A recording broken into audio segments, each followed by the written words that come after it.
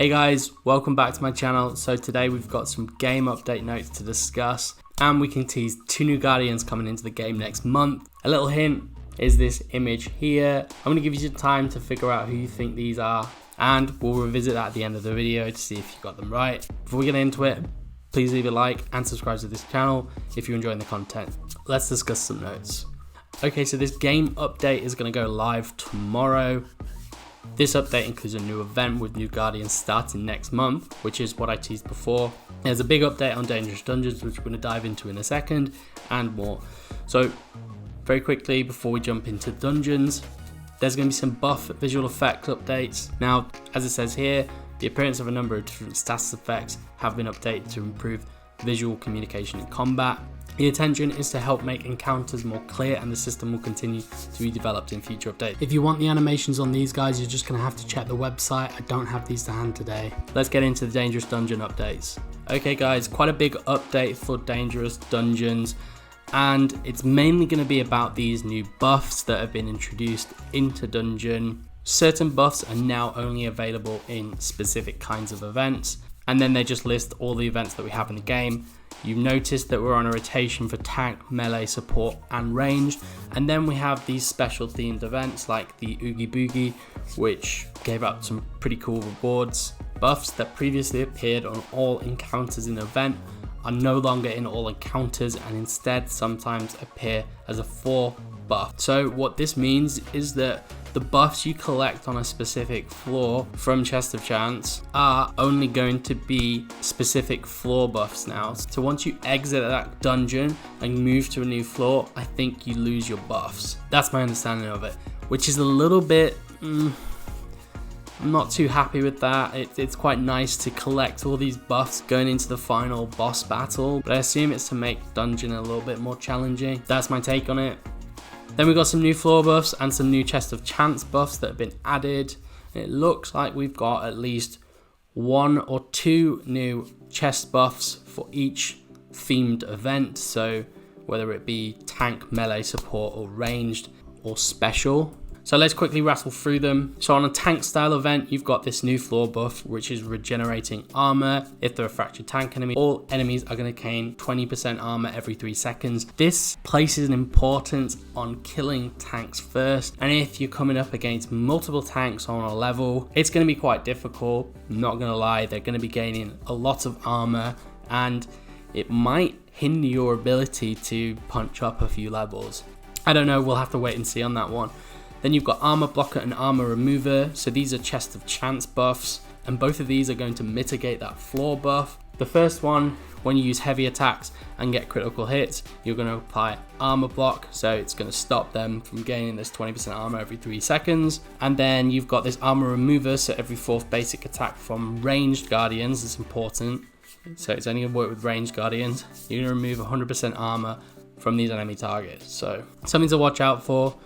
Then you've got Melee Aggression. So this is a floor buff for the melee events. Fractured melee enemies are going to gain a 1% attack buff every second at the start of the encounter. I see an opportunity here. If you don't already know, Maui is amazing when you fight someone like Hercules, who gains buffs every second. What this means to me is that if I'm coming up against fractured melee enemies, I might want Maui on my team, because every time enemies gain a buff, Maui's going to gain defense buffs, he's going to give himself armor, and then when he uses his special, he converts all those defense buffs, and then you've got this chest buff, which is alternatively going to mitigate this floor buff. Guardians gain a 30% defense buff each time a fractured enemy is knocked back. So if the enemy's gaining attack buffs, at least you're gaining defense buff. Now if we look at the buffs for the support events, fractured enemies that receive any healing effects are going to be granted a 2% attack buff for 8 seconds. So this kind of emphasizes the importance of being able to disrupt specials on supports. You'll notice that Ian is a Guardian quite often used as the final boss. You'll want to be stopping him from ever using his heal. Otherwise, he's going to give these 200% attack buffs, which will be nasty. And then you've got 2 chest buffs, which are effectively going to mitigate those. You've got Faulty Bandages, which is where melee Guardians have a 15% chance to inflict a heal block that lasts for 5 seconds with their basic attacks. So this is effectively going to stop any of those 200% attack buffs being distributed by those supports.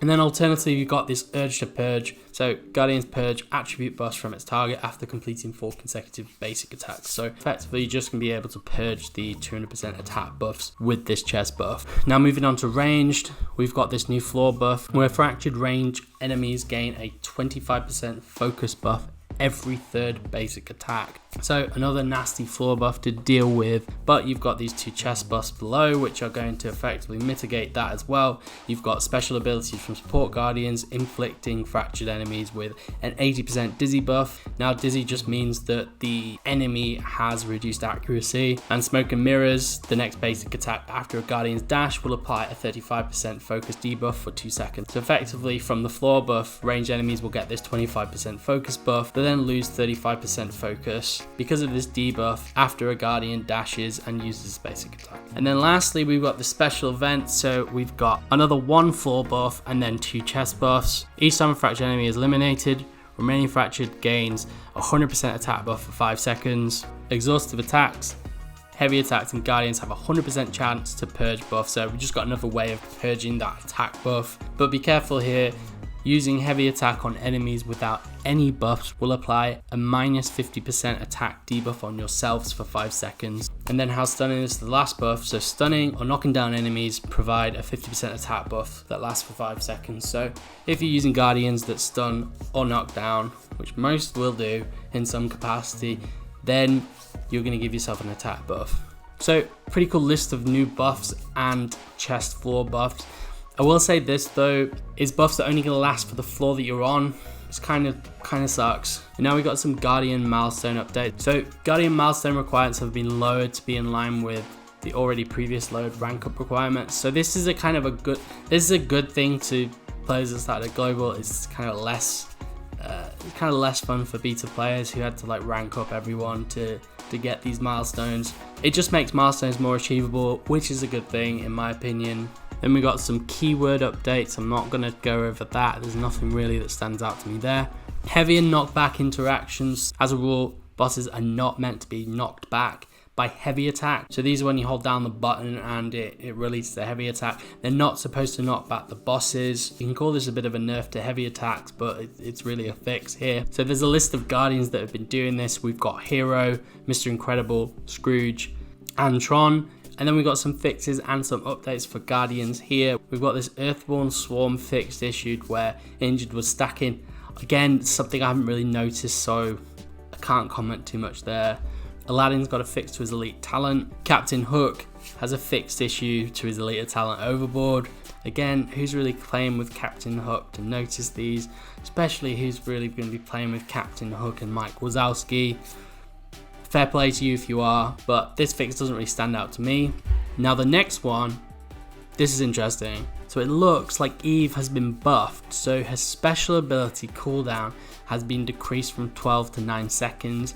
That's fantastic for any character to have their special cooldown decreased. And then we've got some boosts to her advanced and elite talents. So these are going to be the ones that you want to attach to her. You've got an increased chance to inflict shock with heavy attacks from 10 to 50% to 20 to 100% chance. And then you've got additional damage dealt on her special ability for each shock on the target being increased from 10 to 50% additional damage now to 50 to 100% additional damage, which is great. So you've got that reduced cooldown and more damage. It remains to be seen whether it makes it useful and viable to use, but hopefully someone will be able to test that. And the last character I wanted to point out is Tiana now has a fixed issue where her cleanse buff was cleansing all damage and debuffs and stuns rather than just one effect. So I guess a little bit of a nerf to her. I love Tiana though, so be able to report back on that one. And then lastly guys, we've got updates and improvements. I'm not going to go through each one of these individually. I'm just going to pick out the one that really annoyed me and I'm so glad it's finally fixed. They've now made a change to allow players to select 0 from available slots when searching Alliance. I don't know about you guys, but it was so frustrating not being able to search for alliances which are full. Now with this update, you should be able to search for full alliances. As someone who looks after a cluster of clubs, so 7 or 8 clubs to manage, it's really annoying when you're not able to check in game how full the clubs are and if they have space. So it seems that they've fixed that, which is the main thing I took out of these updates and improvements.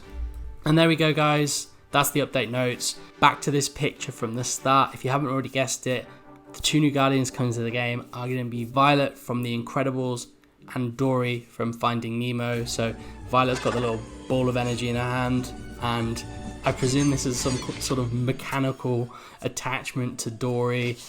Both characters are going to be supports. We know that Dory is going to be seafaring, which is a massive relief to me because I'm so sick of using Frank as a support. I know people like Frank, but I just find him incredibly annoying to play with. Personally, I don't like having to control him, to move him towards your other allies to then drop his healing, or move other allies into his healing. It's just something I don't want to have to be controlling during the fight. Super excited for those 2 guys. I hope you are as well. If you enjoyed the video, give me a like. Thanks for watching. I'll see you in the next one.